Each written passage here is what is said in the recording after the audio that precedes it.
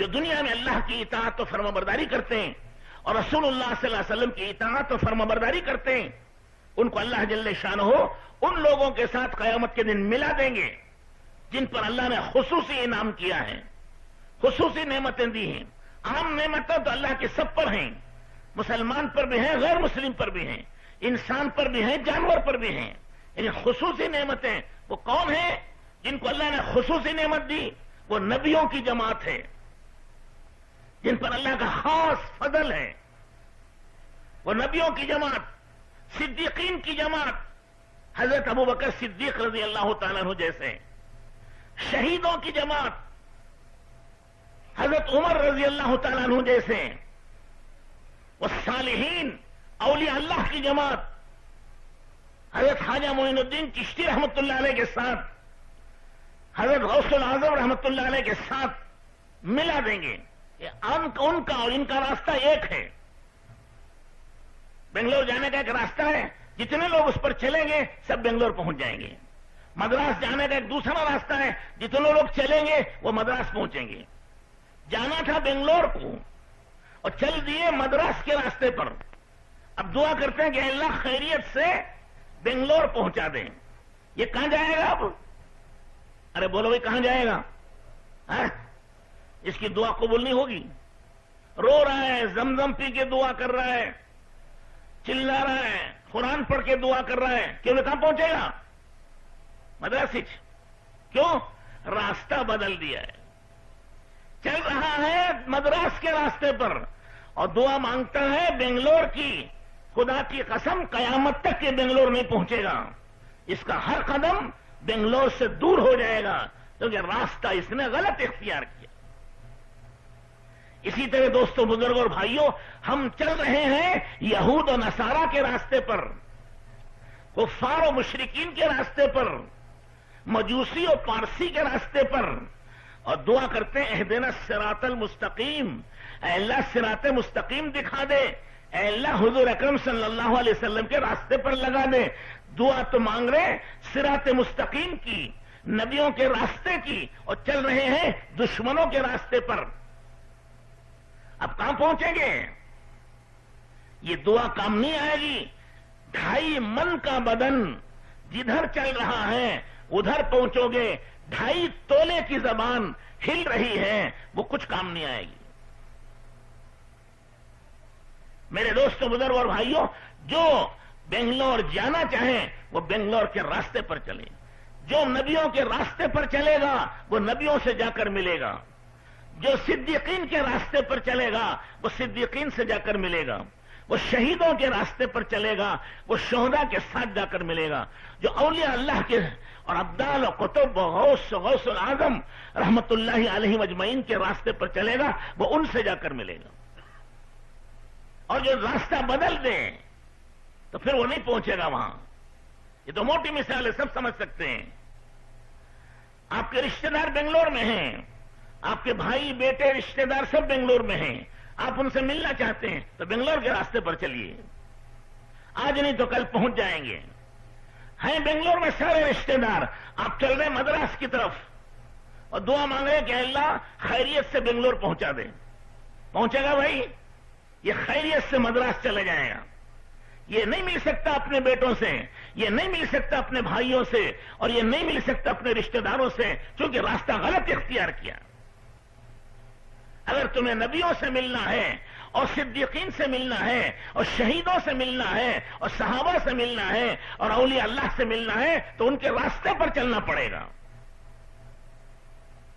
ان سب کا راستہ ایک ہے، وہ کیا ہے؟ اللہ نے قرآن میں فرمایا وَلَكُمْ فِي رَسُولِ اللَّهِ أُسْوَةٌ حَسَنَةٌ، تم سب کے لیے نمونہ اور سیمپل اور ماڈل حضرت محمد الرسول اللہ صلی اللہ علیہ وسلم کی ذات گرامی ہے۔ ان سے محبت کرنا، ان کی سنتوں پر چلنا، ان کے راستے پر چلنا، یہ نجات کا ذریعہ ہے، کامیابی کا ذریعہ ہے، عزت و بلندی کا ذریعہ ہے۔ آپ کے راستے سے ہٹ گئے تو پتہ نہیں کہاں جائیں گے۔ صرف اللہ جل شانہ نے فرمایا کہ اے ایمان والو، اے مسلمانوں، ہم نے جنت میں جانے کے سارے دروازے اور راستے بند کر دیے، بس ایک راستہ کھلا ہوا ہے کہ وہ حضرت محمد الرسول اللہ صلی اللہ علیہ وسلم کے پیچھے پیچھے چلے آؤ، سیدھے جنت میں چلے جاؤ گے، سیدھے اللہ تک پہنچ جاؤ گے. بس یہ راستہ ہے، اس کے علاوہ جتنے راستے ہیں وہ سب ختم ہیں. صدیقین بھی، شہداء بھی، اولیاء اللہ بھی، قطب و ابدال بھی، غوث و غوث العظم بھی رحمت اللہ علیہ اجمعین، یہ سب حضور کے راستے پر چلیں گے. حضور اکرم صلی اللہ علیہ وسلم کے راستے پر چلیں گے، عزت ملے گی، کامیابی ملے گی، اللہ کی رضا ملے گی، مغفرت ملے گی، جنت ملے گی، ہمیشہ کی نعمتیں ملیں گی. وہ راستہ چھوڑ دیا تو سر پٹکتے رہ جائیں گے، پہنچ نہیں سکتے. خلاف پیمبر کسے رہ گزید کہ ہرگز بمنزل نہ خواہد رسید. شیخ سعدی رحمت اللہ علیہ سلسلے چشتیہ کے بہت بڑے بزرگ ہیں. وہ فرماتے ہیں حضرت رسول اللہ صلی اللہ علیہ وسلم کے راستے سے ہٹ کر چلو گے تو کبھی بھی قیامت تک منزل مقصود کو نہیں پہنچ سکتے. وہ راستے سے بھٹک گئے، وہ گمراہ ہو گئے، وہ برباد ہو گئے. کامیاب وہ ہوں گے جو حضور اکرم صلی اللہ علیہ وسلم کے ساتھ چلیں گے، آپ کے پیچھے پیچھے چلیں گے، آپ کی سنتوں پر عمل کریں گے، آپ کے دین و شریعت کو سینے سے لگا کر چلیں گے. ان کے لیے سب کچھ ہے. باقی آپ کا راستہ چھوڑ دیں پھر ان کے لیے کچھ نہیں. تو بزرگوں اور دوستوں اور بھائیوں، اللہ تعالیٰ نے قرآن میں اعلان کر دیا ہے کہ ایک راستہ ہے، اس کے علاوہ اور کوئی راستہ نہیں. اور پھر حضور اکرم صلی اللہ علیہ وسلم نے کھانے پینے سے، پہننے اوڑھنے سے، شادی بیاہ سے منع نہیں کیا. سب چیزیں آپ نے بھی کی اور پوری امت کو کرنے کا حکم دیا. دین اور دنیا کا بس معمولی تھوڑا فرق ہے، زیادہ فرق نہیں ہے. ہر وہ کام جو حضور اکرم صلی اللہ علیہ وسلم کی سنت کے مطابق کریں گے وہ دین ہے، اور جو کام آقا رحمت سرور کونین صلی اللہ علیہ وسلم کی سنت کو چھوڑ کر کریں گے وہ دنیا ہے. دین پر اللہ کی رحمت ہے اور دنیا پہ اللہ کی لعنت ہے. بس اتنا سا فرق ہے. کھانا ہم بھی کھاتے ہیں، غیر مسلم بھی کھاتے ہیں، جانور بھی کھاتے ہیں.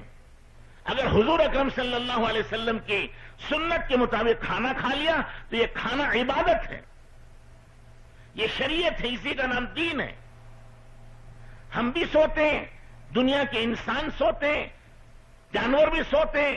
اگر ہمارا سونا آقا رحمت سرور کونین فخر دو عالم صلی اللہ علیہ وسلم آپ کی سنت کے مطابق ہو جائے تو یہ 6-7 گھنٹے سوتے ہیں، یہ سب عبادت میں لکھے جائیں گے.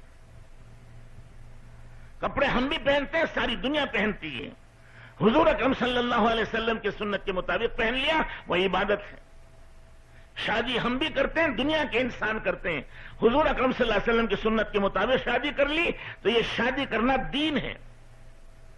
یہ اس کا ثواب تہجد سے زیادہ ہے، تسبیح سے زیادہ ہے. سمجھ میں آ رہے ہیں؟